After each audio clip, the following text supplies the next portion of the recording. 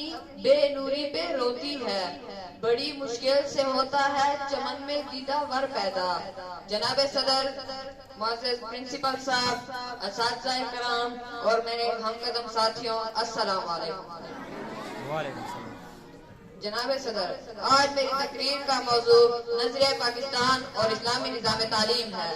پاکستان کی بنیاد دو قومی نظریہ پر رکھی گئی، وہ اسلام ہی ہے جو توحید کا درس دیتا ہے، اور یہ بات بھی ظاہر ہے کہ ہم نے ملک پاکستان کی سرزمین صرف اسلام ہی کی سربلندی کے لیے حاصل کی تھی۔ ہمارا اولین مقصد یہی تھا کہ ہم اپنی زندگی اسلامی اقدار کے مطابق بسر کریں، ہم اللہ اور رسول صلی اللہ علیہ وسلم کے احکامات پر عمل پیرا ہو سکیں اور آزادانہ زندگی گزاریں۔ ہمارا نظام معیشت، معاشرت، سیاست، تجارت اور تعلیم میں اسلامی روح موجود ہو۔ ہماری چال، گفتار اور کردار یہ اعلان کرے کہ یہ نبی صلی اللہ علیہ وسلم کی امت ہے۔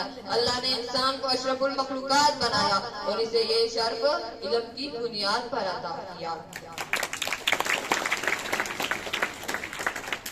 اگر کچھ بھی نہیں کیا تو کیا ہم اپنی منزل کھو چکے ہیں؟ اللہ نے فرمایا، جاننے والا اور نہ جاننے والا برابر نہیں، علم کی طرف مرد عورت پر فرض ہے۔ علم کے بغیر انسان انسان نہیں، لیکن علم وہ ہے جو جدید علم کے ساتھ اصلی علم بھی ہو۔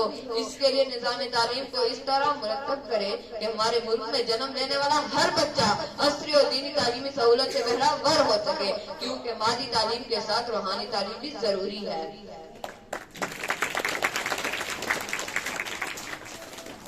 جناب صدر، ہم نے مادے پر محنت کی لیکن اس کی روح پر محنت نہیں کی، ہم نے جج بنانے پر محنت کی لیکن اس کی روح پر محنت نہیں کی، اس لیے عدالتی فیصلے بکتے ہیں۔ ہم نے تھانے پر محنت کی لیکن تھانے دار کی روح پر محنت نہیں کی، اس لیے چور آزاد، قاتل آزاد ہیں۔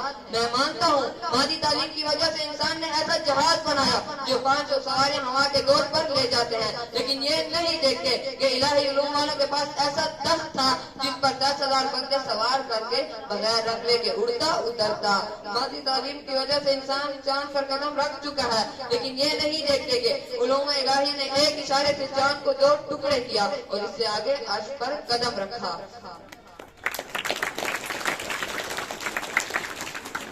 جناب صدر، میں مانتا ہوں کہ مادی تعلیم کی وجہ سے انسان نے بحری جہاز سے دریاؤں پر سفر آسان بنایا جو صرف پانی پر چلتا ہے لیکن خشکی پر نہیں چلتا۔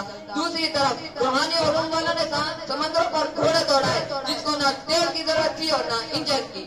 جناب صدر،